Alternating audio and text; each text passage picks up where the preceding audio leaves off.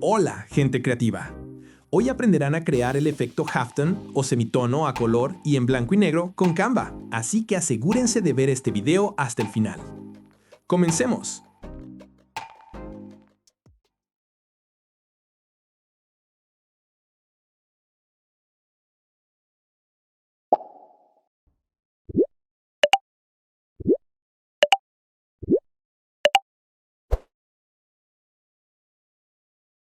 Primer ejemplo.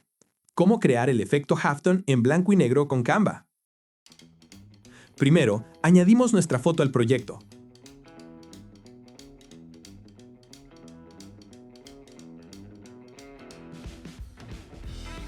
Ahora vamos a editar. Bajamos hasta Apps. Cliqueamos en Ver todo. Vamos hasta Mosquitero.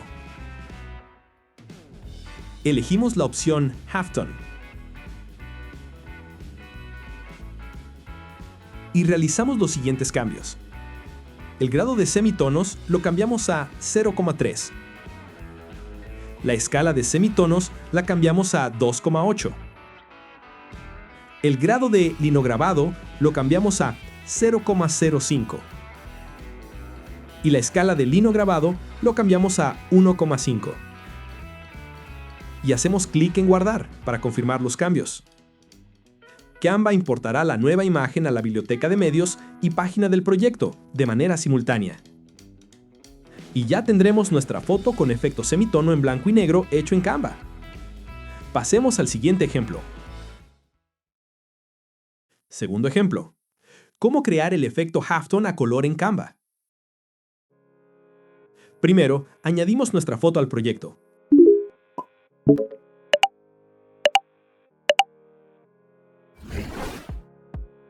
Ahora vamos a Apps. Y en la barra de búsqueda escribimos That Filter.